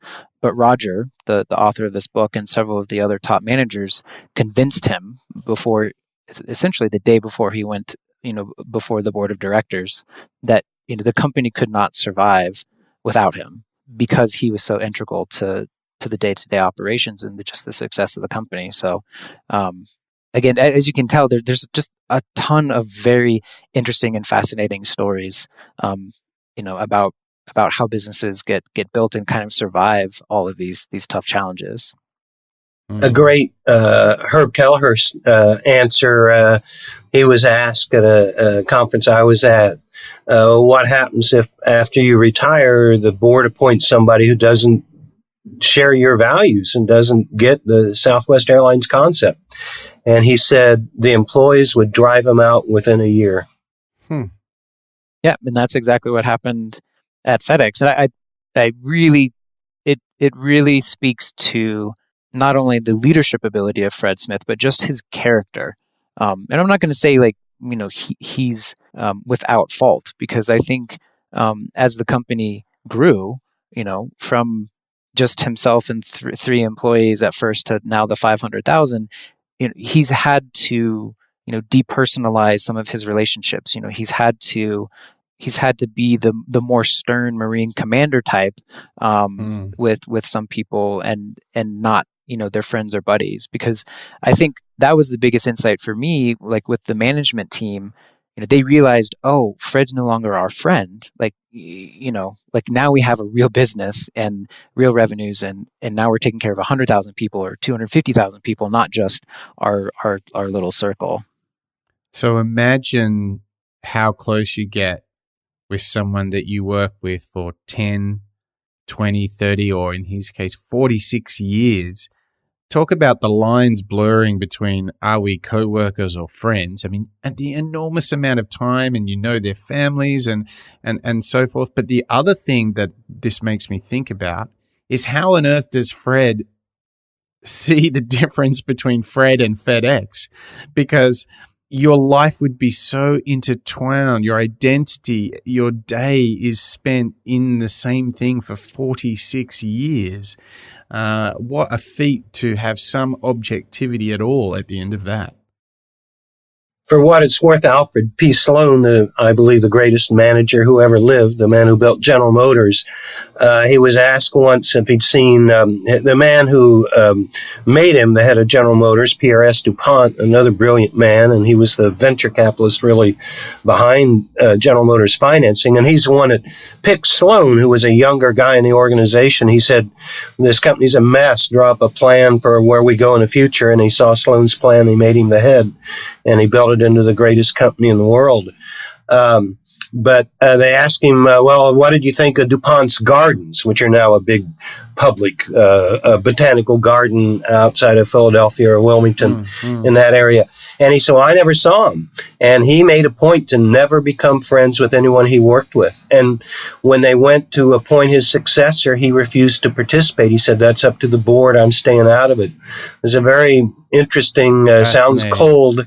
And I've got to say, the real test of what Fred Smith's done will be when he does step down, because it's hard enough when you have the same leader for 10 or 20 years. Look at Steve Jobs and everything with his limited number of years. When you got 46 years, and I have a list of, I think, about 40 books that I think are the most important books that haven't been written yet, that need to be written. Some of them maybe I'll write someday. But one of those is, why do great leaders pick loser successors? When you study the history of business over and over, you have the most amazing people. I mean, I hate to be rude, but look at Gates and Ballmer. And they were buddies. I heard Ballmer speak. I thought he was brilliant when he was the number 2 guy. And then, that company just flatlined under his leadership. Oh, my gosh. Think about all the terrible acquisitions he did. I mean, talk about blowing the cash. Ballmer really. And then to see, I think where you see the starkness is under new leadership, how improved Microsoft really has become the last few years. And it still has a lot of cash and has enormous potential. Yeah, but over and over you see the next, and the next leader of Federal Express will be somebody who wasn't there at the revolution. If you study the history of political revolutions, there's a gang that was there at the revolution, and that blood, sweat, and tears, and then you got their successors, and they weren't there. And sometimes there's a transition period where one of the lieutenants takes over. And so they have some of that, but then soon enough you get people that didn't go through all that early stage agony, and it's very, very difficult. I was on the Whole Foods Market Board of Directors, so it's going to be very interesting as power shifts and things change. Can they maintain the really incredible spirit and attitude? You talk about a company that's very employee oriented and a wonderful company to work for, but how will that evolve under what's perceived as a much tougher kind of environment at Amazon? I think you're absolutely right calling out the culture thing there. That's probably the one thing where I think the companies are furthest apart on. I think the interesting thing, to come back to your question mark around succession, I felt that was a big theme of the book Good to Great, which is one of the all-time classics by an author called Jim Collins. And he pointed out that companies that get better when the founder relinquishes the role and hands it over to a successor was actually one of the criteria, if I remember it correctly, that he had for that book, meaning that he judged a great company was often founded by a fabulous founder, and that man or woman would do a great job, breaking the ice. But great companies actually got better when the transition to a new leadership was a net positive. And to your point, Gary, like so many times, this has been an absolute mess, and you see companies just totally losing trajectory. I think Microsoft's one of the biggest cases of that in recent history, but looks like it's back on track. It's very parallel when you study the great family enterprises. Sometimes the kids are just idiots and just idiots, and then other times, like IBM, Watson Jr., who everybody thought was a playboy and would really screw up Dad's business, turned out to be every bit as smart as the old man and took the company to a higher level. So, and the one thing I'd say too, you mentioned Jim Collins, and I'm a fan of his, and Built to Last and Good to Great are very much worth reading. But he's a classic case of showing how hard it is to predict the future of an organization, because you can go to my hooversworld.com and see one of my newsletter articles where I pull apart what he considered these companies were built to last. He studied, I think, 20 or 30 companies, and in each industry he did a comparison of, okay, here was the great one built to last, here's the one that wasn't. Well, I did an analysis, and actually the ones he didn't like outperformed the companies he did like by quite a margin over the following 10 or 20 years. And some of the companies he thought were great went bankrupt. And so it's just very difficult to predict what's going to happen around that next corner, especially with a change in leadership. Yeah, and that to me is the fun of it, the way things can change. And it seems like Fred is totally alive. He's excited by the idea that things can change, and that he seems very energized by that, which is where a lot of their innovation comes from. I want to set up the next clip because another place I think is the source of his inspiration and the thinking that he does, and he cannot be underestimated as a great thinker, really comes from their practice of learning. And so here's him talking about how he thinks about learning and being a student of history. So you have to, if you want to play at a high level, whether it's politics or medicine or sports or business, you have to absorb the lessons of history, or you're going to make a terrible mistake that has already been made before, because there's been a lot of things done in human history that that are there for the asking in terms of reading about them. Okay, so what we can see here is that despite 46 years in one of the biggest companies in America that employs 500,000 people, Fred is an advocate of always learning and being a student of history. I think throughout the interview, he references so many great commanders, people who've helped write government acts, Marcus Aurelius from the Roman Empire. He can call upon wisdom and the wisdom of history from all different facets. And I think this is what makes his worldview so enormous. Not only can he reference history, the governor asked him, "Hey, what's going on the economy?" And it was like listening to Robert Schiller or some great economist. He could literally just ping, ping, ping around the world, call off some numbers and some facts. And he even can riff about, some of the things that the American government can do to improve the economy. And this all comes from his learning. And I'm very interested to ask you, Gary, I mean, if I remember, your new book is all about learning and how to do it. You must have loved this to hear that Fred is such a student of history. Yeah, that's an understatement. And I will also tell you, Herb Kelleher, who I got to know a bit, he really reads and loves his history. And that's, I've made the statement, it cost our business society billions of dollars, probably $1 trillion, our total lack of understanding of business history. I've met people at General Motors that have never even heard of Alfred Sloan, including executives. Oh, it's just awful out there how little we know in the business world about history. And yet, when you study the great leaders, and and Winston Churchill said, you've got to study history. Steve Jobs said you cannot forecast the future looking forward. You have to look to the past to connect the dots. It's so important. And no, he's right on, and obviously he views that as a key part of his success. So I'm interested to know, Chad, how do you incorporate learning into the storytelling that you do? And for our listeners who are tuning in for the first time, Chad is a great storyteller, all things around innovators, entrepreneurs, people looking to disrupt the status quo. So I'm interested, Chad, how do you incorporate learning into your practice? Oh, I try and watch as much media as possible and learn, not only from what the Vimeo and YouTube stars are doing today, but just kind of those classic elements of storytelling, whether that's radio dramas that you were talking about in the pre-show, Mike, and the War of the Worlds radio broadcast. I think for me, there are always going to be those timeless nuggets of wisdom. You just have to do the digging to uncover them, which is why I've enjoyed this process with you so much, is that I go and look at the history of a company like FedEx and a founder and leader like Fred Smith that I really would never have come across beforehand.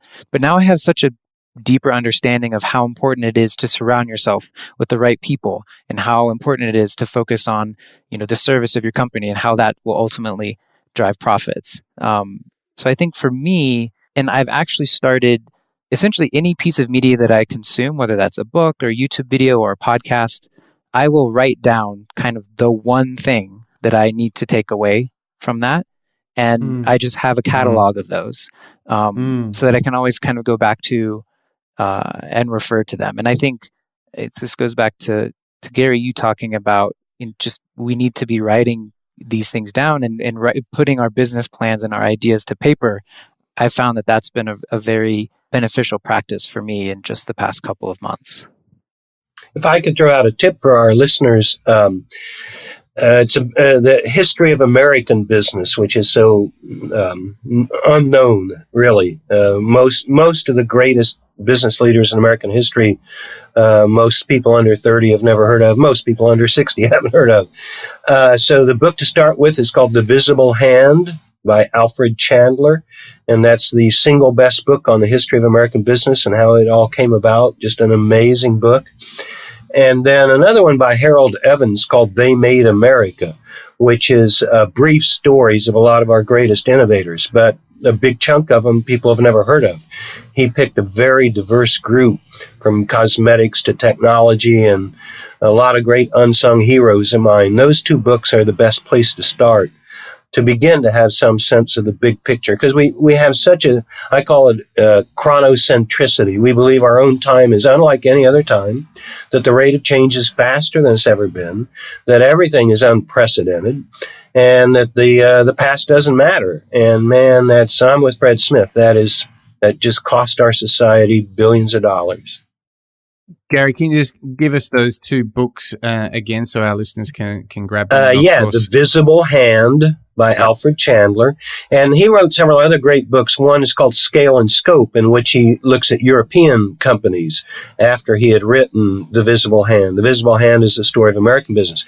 And his book, Inventing the Electronic Century, talks about how America let the consumer electronics business get away from us, how RCA and the kingpins really blew it. So anything by Alfred Chandler, he's dead now, but he was a Harvard professor, Johns Hopkins before that. He's an amazing guy. And the other one is called They Made America by Harold Evans, Evans. And make sure and get the hardcover copy, not the paperback, because they left all the photographs and the illustrations out of the paperback, and those add so much value to understanding that history if you get the hardcover version. They're both readily available. The Visible Hand is one of the most important business books ever written and continues to sell well after 30, 40 years. I'm just thinking about all the amazing book suggestions we're giving in the show, where we're almost becoming the innovators book show, where this is exciting. I think the Kindles and the Amazon orders are going to be going crazy.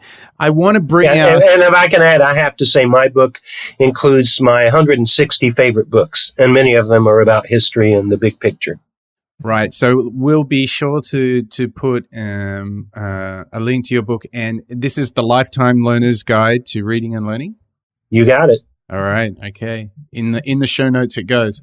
So Chad, we've got one more clip. Feels like every show we get almost to the end, and it's like we could talk for so much more. But do you want to set up this last clip, which I think is a really appropriate way to wrap up the Fred Show? It's a nice practical nugget, if you will, from Fred, really just about keeping your eyes open, being aware, staying close to the customer, and to not just blindly guess when you're trying to run your business. And so here he is with his our final thoughts from Fred.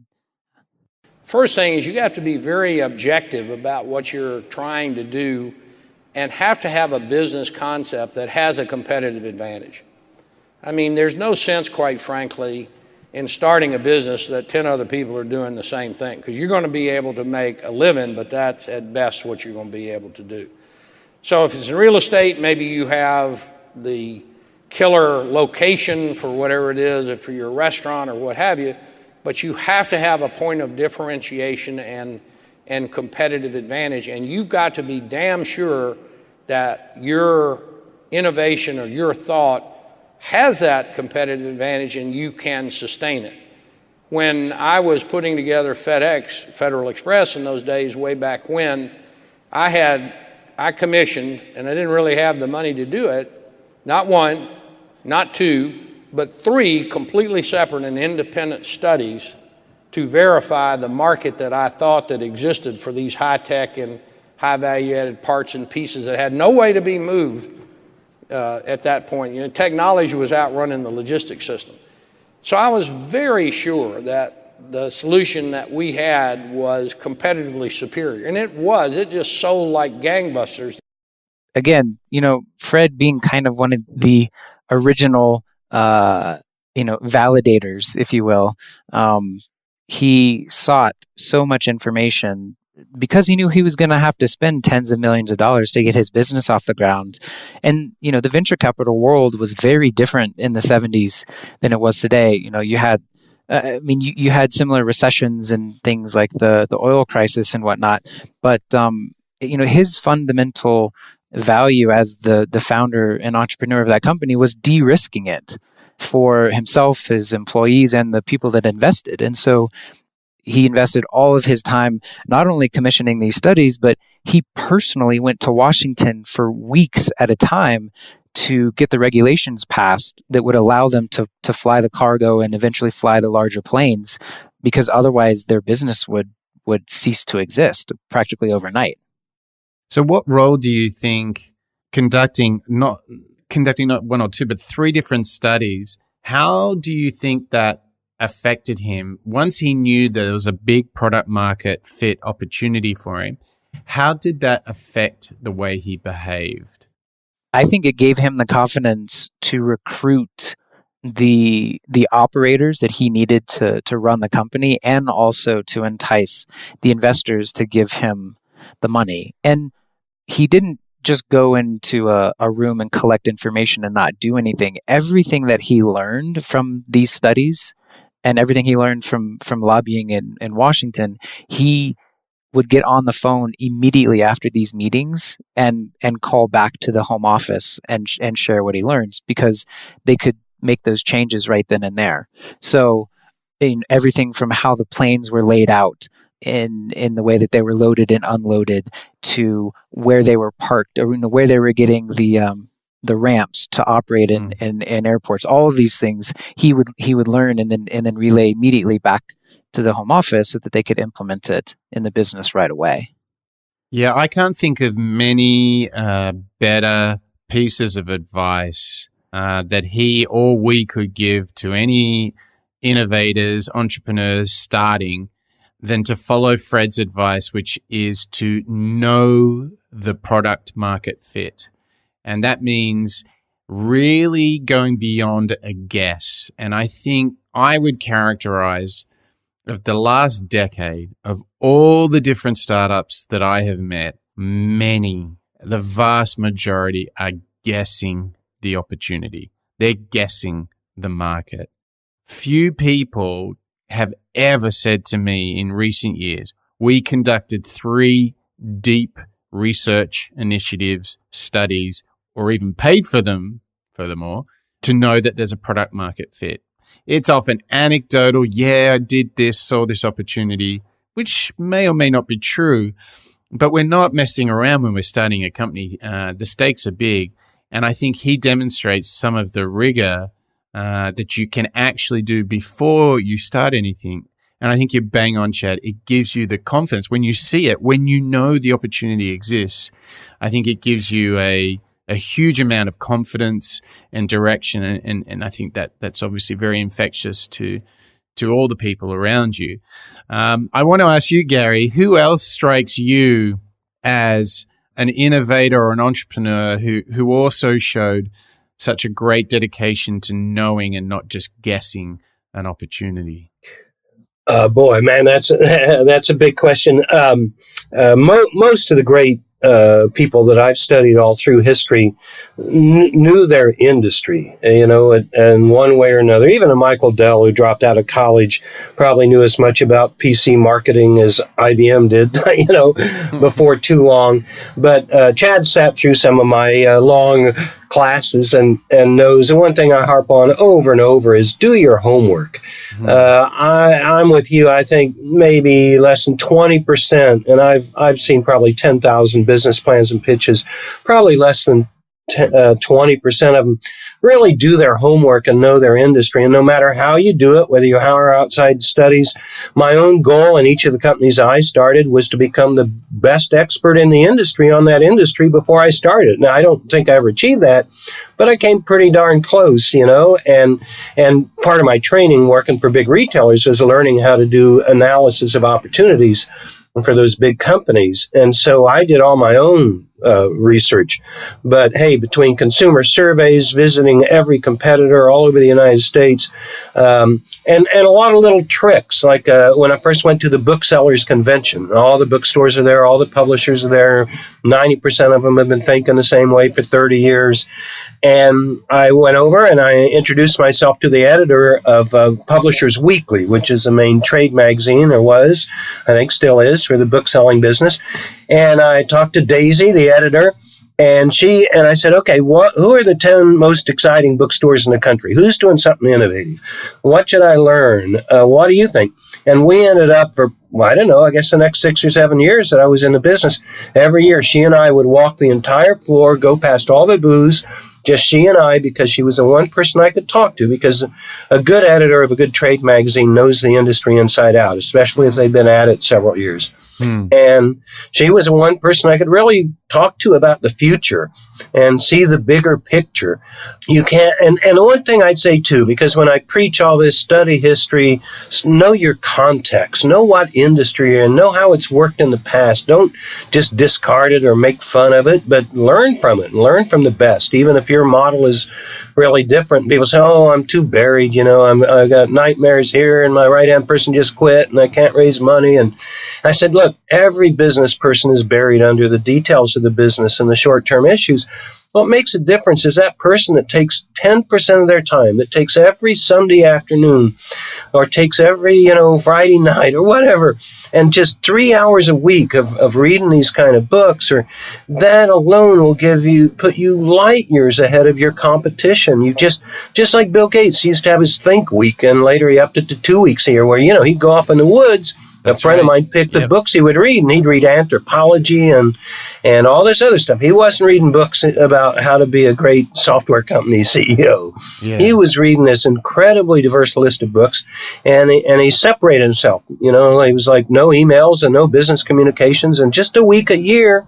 And I'm sure that seemed like a nightmare to a lot of corporate CEOs, but it's 1/52nd of his life. And one thing I've got to say, an overarching thing from listening to all this stuff with Fred, I listened to that whole interview with the governor of Tennessee, and I listened to several others.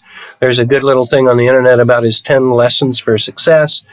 The one thing that becomes clear is this is truly a wise man. This is an exceptionally intelligent individual.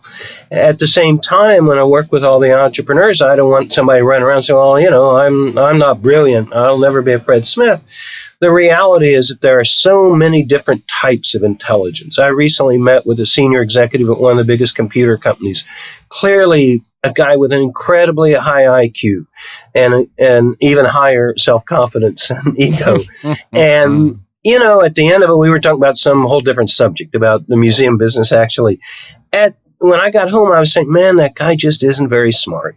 He just is not very smart. He might have 160 IQ, and he may have been a great success inside of a very confined, structured organization where he gave orders, I think, and they were followed. But as far as his real wisdom of understanding the world at large, he was really short-sighted. And what you see in a Fred Smith, it's exceptional. And when we find people like that, we should learn everything we can from them. It's true wisdom. I had 4 of my college teachers win Nobel Prizes after I had them in class. I say, well, they wouldn't have won them without me, but I was cutting class to start little businesses. But, at least 1 or 2 of those guys were truly wise. Yeah, and you could tell it. They had this broader perspective. That's one reason I love Peter Drucker. He's the only guy who understood demography, sociology, anthropology, business, economics, Wall Street, and could knit it all together. And that's what you see in Fred Smith. The more I listen to him, the more I realize, man, he is really, he just is a one of a kind. And for him to devote his life to this single pursuit is pretty amazing. I'm sure he would have won a Nobel Prize if he'd become a scientist. Yeah. But that shouldn't scare us normal intelligence people off. So let me ask you a specific follow-up question.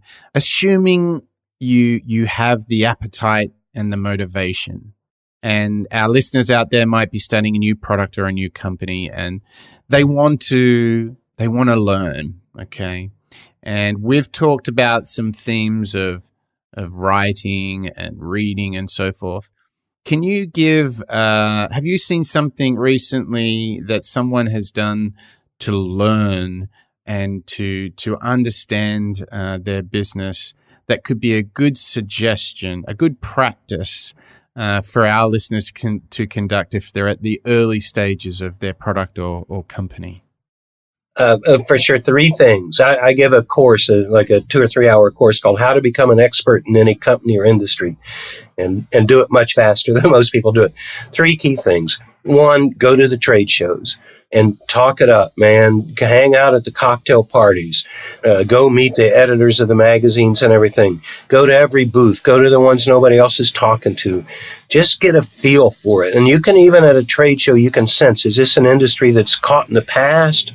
Or still just a bunch of bikini-clad models, which is fine, but or is it you can tell from the trade show, is it one that's advanced? Listen to the speakers. Second thing, read the trade press. One of the biggest things in getting your hands around an industry or your head around it is to know the jargon. Every industry's got its own jargon, and it's like a curtain to keep the outsiders out and the insiders in. You got to penetrate that curtain, and the fastest way is to read whatever trade magazines there are. And, most of them are online these days, and a lot of them are free and easy. And I subscribe to probably a dozen free newsletters. So I get the daily airline industry report, the daily hotel industry, the daily restaurant industry, the daily retail dive, and they're all free, And then the third thing is trade associations. Go to the website of the trade association. Some of them are incredibly deep with information, often free. And those things are all linked together. Sometimes it's the trade association that holds the convention or publishes the magazine. But there is so much, it's so much easier now than when I was doing it in the 70s and 80s, when you'd have to go to a library and Xerox all day and to go on the internet and gather. But you also got to go out in the field. You got to go to those trade shows and pick up the phone and call the editor of Electronics Weekly or whatever the thing is. They'll talk to you and ask them your questions. I mean, the world is out there just waiting to give us information and help us along, and we've just got to, it's like a giant cafeteria, and man, the curious, they eat well, they pig out. I'd like to add a corollary to that too. The absolute favorite activity that you had us do, Gary, in your course was go to a shopping mall and just and pick a store and just simply observe for, I think it was like an hour. And then we all came back, and I was just fascinated at how much you can learn just by that observation. And so kind of my fourth addition to the things you can do is go and immerse yourself in that environment of that company. Go to the Apple store and just sit there for an hour and watch how people interact and what they're buying and how much they're walking out the door with and how many people are walking out the door with how much product, or how many planes are landing and taking off and how many of them are commercial passenger flights versus cargo flights. I think that was just one thing that's stuck with me for years, Gary, and I thank you for giving me that tool. Well, good. No, that's everybody's favorite class. I probably run 300 people through that exercise over the years, and the powers of observation. And to be frank, and I love gadgets. I'm a gadget collector. I have my iPod and everything. That's that hurts us in a lot of ways. People, I can't tell you how many young people, they go through life with their eyes and their ears closed. And the other thing that I think is a high risk strategy is being dependent upon the opinions of friends. I see all this, I social media, and we all hook up, and I find out what movie they liked, and I go see that movie. Hey, I've been watching movies since I was a little kid. I don't have a single friend whose advice on movies I trust 100%. If they're really lucky, they might hit 60%. And go out and discover it for yourselves. And tying into all that, the one book everybody must read is The Innovator's DNA. Clayton Christensen, a couple other guys. It is the only book I know that really hits it on the head. What are the real roots of breakthrough ideas? And observation is one of the 6 key concepts in that book. Fantastic. Well, I mean, it is definitely, we have hijacked the concept of a book review show for innovators. That's for sure, Gary. I think it's been really wonderful to have your input. Before we wrap up, though, I think everyone wants to know, what was Chad like as a student? Did he turn up a lot to class, or tell us? Oh, everybody comes to all my classes. I didn't take attendance, but yeah, it's addictive, right, Chad? It's different, though. You have to admit that. It's not like most classes. No, I think I've found that the people I enjoy spending the most time with are the curious-minded people. And so, Mike, I got to give a big shout out to you, as the inspiration for this podcast. And Gary, I'm so glad that we could induct you into the club as the first guest host. Great fun. I enjoyed it. Yeah, and we would love to get you back again. So if you're open to it and you don't get sidetracked in the 33-room library that you live in, we would love to invite you back to the show, Gary. Well, I have plenty of time. Books are best read between midnight and 6 a.m. in my experience. As a kid, I had to use a flashlight under the covers or get in trouble. Now I'm free to do it and not get in trouble. At your leisure. No, and especially on hitting on the history stuff, because people really need to learn that. And I'm trying to put more and more of that on Hoover's World, and hopefully write some books in the future and make talks. People really need to learn from these greats. And the other thing, too, is I really believe the best way to teach entrepreneurship is to study the great people, because people love biography. You learn that they were human. I mean, when you mention that, Fred Smith wasn't perfect, well, he's human. So no, he's not perfect, and we all make mistakes. Sam Walton's famous, or they ask him, why are you so great company? Well, we do all these things right. Well, how do you do them right? Because we did them wrong 20 times before we finally figured out how to do them right, and just from reading the stories and what they go through, and because I meet people, woe is me, it's the end of the world, and so, you ain't seen nothing yet. One of my favorite things to say to a young entrepreneur is, you thought you had a bad day, you don't have any self-confidence, you're going to have a lot worse days ahead of you. Wow, you need to buck up, because you haven't even started making mistakes yet. You're going to make some doozies, and it's true. But when you read the stories of people and the real individuals, and dig deep into the history, because we don't know how Elon Musk is going to turn out. Pretty clear how Bezos is going to turn out. Poor, what does they call it, Kaepernick, but that's the wrong name. The Hoover guy, he's human too, I reckon. It's hey, the case is still out, and what Jobs built, which is truly, truly unbelievable. In many ways, the most amazing company of our era I've ever studied. But, where is Apple going to be in 20 years? It's going to be another IBM in the ditch. Is it going to be another Federal Express going on to record sales and earnings? Only time and leadership and this heart and soul of those organizations is the only way we'll find out. And that's another great advantage of studying. I wrote a thing, the 3 greatest companies in American history, which were Pennsylvania Railroad, General Motors and IBM, in my not so humble opinion. But you can learn a lot more from old dead companies because you can see the full cycle and you can see what killed them. So in many ways, you can learn a lot more from old stuff. I have more books from the 1920s and 30s than you can imagine. And every page is exciting and I learn something from. And you can't learn much from Elon Musk in terms of how do companies end and where do they go wrong, you know? Well, it's interesting you say that, Gary, because as I mentioned earlier, I think about Blockbuster and Kodak, who had clear opportunities to be truly great, but declined them. Quite literally in declining. Blockbuster had the chance to invest in Netflix. Kodak obviously created the digital camera and then canned it. The reality is those two things, I think, they're a little bit closer than the founding of GM and IBM. However, there's so much in those. I mean, maybe the one episode we could do of the show is the failed moonshots and deliberately go to some of the biggest whoppers around. Yeah, I love that idea. Yeah, we could definitely do that. And what's great is that, often people will, in the end, human nature is to tell the truth. People will come out with the true reasons for why things didn't work. And I think there's as much in that as the successes. Well, Gary, thank you once again. It's been just so much information. I can't believe that we've run probably close to 2 hours. Chad, you're the official timekeeper. Where have we run to? Yeah, we're at right about 2 hours. But I want to thank all the listeners of the show. We love getting your feedback, and we wouldn't be doing this if it weren't for all of you. So please go to moonshots.io. You'll be able to find all the show notes.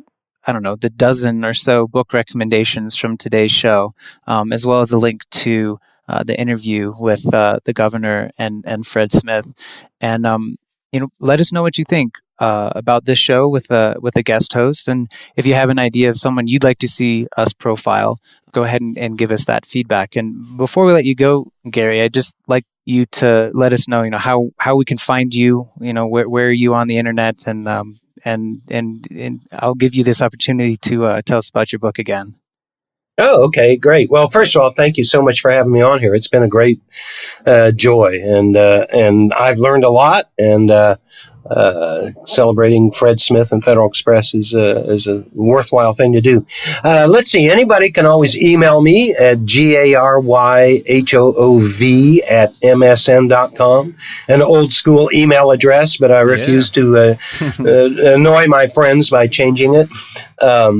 And my website is hooversworld.com, all one word, hooversworld.com. And it's got all my newsletters on there. I also publish them on LinkedIn Pulse. The new book is called The Lifelong Learner's Guide to Reading and Learning, and it's on Amazon as a print book and as a Kindle book. I think they're running a special now for the Kindle Prime subscribers, whatever. And I've got a book on Amazon too that's just as a ebook, and you can also get it through Hoover's World, my guide to retailing, which really covers all the principles of retailing and talks about the major players.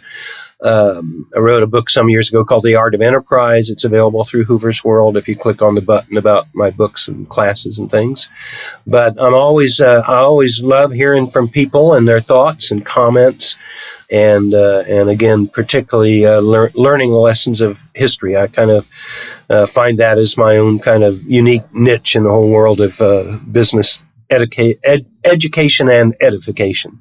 Wonderful, wonderful. Well, Gary, it's been a joy to get to know you over the podcast. So thank you once again. There'll be lots of links in the show notes to all the books that you've inspired us with, and to your own recent book, which is very impressively is still sitting at 5-star average rating. So maybe on another podcast you can tell us how you write such great books as well. So we're eager to know.